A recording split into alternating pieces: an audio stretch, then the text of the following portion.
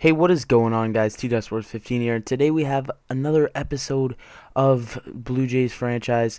And before we get started, we have 3 trade proposals that I might be doing. And I hope you guys do have a thought about them at least. I've been really looking at them in depth, and hopefully you guys would like to see me make 1 or 2 of these 3 deals. They are all for now and prospects as well, thrown in the deal. So that's why I really like these moves, because they help us both now and in the long run. So you can see we have a game against the Atlanta Braves. We are going to be in Atlanta for this ball game. And so before we get started, I just want to talk a little bit more about these trades. You guys did see them earlier. And the first trade was with the Tampa Bay Rays, and it would be involving getting rid of our second baseman, who I really like, Emilio Bonifacio, and he had some pretty good trade value, and they would be giving us, the Tampa Bay Rays would be giving us Ben Zobrist and Will Myers. Zobrist would end up playing second base for us, but he could also utility as an outfielder, and then we also get Will Myers, he's a prospect right now. He's nearing the MLB. He's like 78 overall or 79. So he would be nearing the MLB soon. If like Jose Bautista is getting too old or something, or we can't afford to re-sign Melky Cabrera or something, maybe he could get a start next year. But if we do trade for him, he'll probably be up either next year or the following year, depending on if we have room for him. And then we also got Jeff Neiman, just as a salary dump for them, as a throw-in to make the trade go through. And he would probably be ending up in our bullpen, or we could look for another trade closer to the trade deadline for him, to get rid of him, just to dump that salary so we could have some more to sign free agents and stuff. But yeah, this trade, I really like this deal because Ben Zobrist is one of my favorite players. Even though they play in the same division as the Blue Jays, I think this would be a good option as a trade. We'll be saving a little bit of money because we might trade away Jeff Neiman, or he has 1 year left. This is his last year on his deal, so he has like almost $2 million in contract. So if we need a long man next year, we can re-sign him, or we can just let him go to free agency. It's not that big of a deal. So yeah, that's the first trade. Now the second trade was just our catcher Josh Tolley and I think it might have been Isturis, or I think it was Roger Goins, for top of the pack right field prospect Yasiel Puig. And this deal won't be that needed if we do get the Rays deal through. If we do decide to go with the Rays deal, because the Rays deal will give us an outfield prospect, corner outfield prospect, and then we probably won't have enough room for Yasiel Puig. So it's probably going to be one or the other of these 2 deals. I think that the Dodgers deal for Yasiel Puig is a little bit more fair of a deal, like a little more realistic, because Puig is stuck behind a lot of guys in LA. He's stuck behind Kemp, Ethier, Crawford, guys that are making top of the line money, and they might not want to bench them or something. And they have AJ Ellis behind the plate. Josh Tolley's not that old. He's B potential. So this deal would be a little bit more realistic, as well as Roger Goins. He could play third base as well. He's B potential. So I think that one's a little more realistic to do that deal. And then the last deal was for I actually forget this last deal. Why am I forgetting it? Oh yeah, it's to the Detroit Tigers, and we are trading away. We're trading away a few things, but we are also getting back. Main piece is wait. Okay, let me think of this deal for a second. I think we're giving away Rajai Davis and stuff like that. But the big things we're getting back are Nick Castellano, an A potential. He can play left field or third base. And the options we could have with this is that whenever he comes up, we can play him in left field. Maybe get rid of Melky Cabrera, something like that. We can also move him to third base, move Brett Lawrie to second, where he is that's his natural position. 'Cause that's where he played like his whole life until like a couple years ago. So we can always play him at Brett Lawrie at second, and then uh, move Zobrist to left. That would be a good option. Zobrist can also play first base, which is a position of need. And I really like Austin Jackson because he's another part of this deal. And we need a center fielder after we traded away Colby Rasmus for Matt Harrison. So I think that this would be probably the most important deal, just because Austin Jackson is a big part. He would be a great part to this team. We would probably stick him in the 2 hole because we obviously have Jose Reyes leading us off. They're both leadoff type hitters, but I would rather have Jose Reyes leading us off. But that would be really great speed to have at the top of the lineup. And he has a little bit of pop, so yeah, I think this would be a really good deal. So let me know which one of these deals you guys would like me to do. Probably at most I'm going to do 2 of these. But if you want me to do all 3, maybe we'll see. But definitely at least one of these deals is going to be happening in the next video. So let's get right into the gameplay. You can see Brian McCann ripping a base hit to score that runner.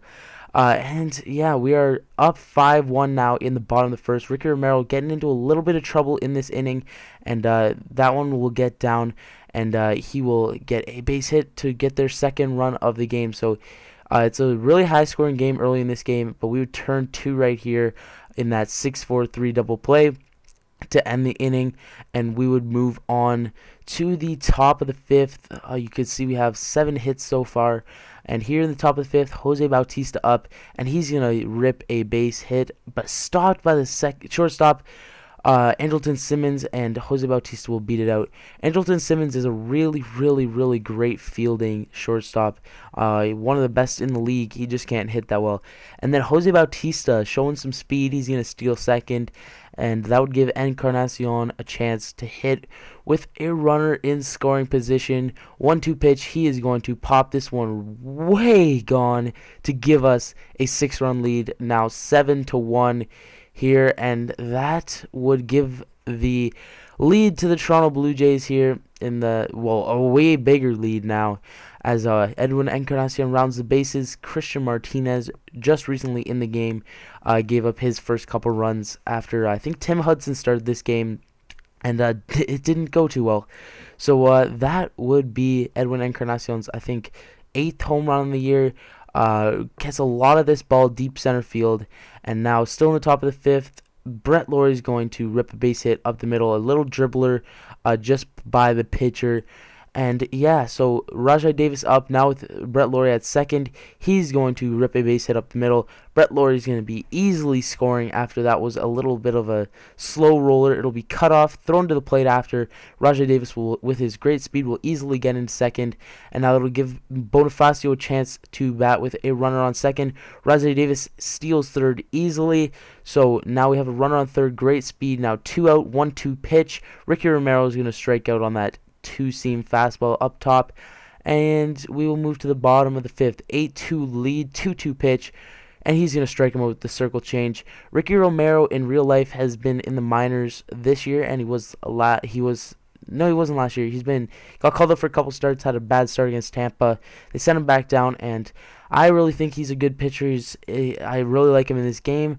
He'll probably get a lot better if we pitch a lot better with him because he's a potential, stuff like that. And great catch there by Jason Hayward, robbing Melky Cabrera of extra bases. If he missed that one, it might have been a triple because he would have been down and out of that play.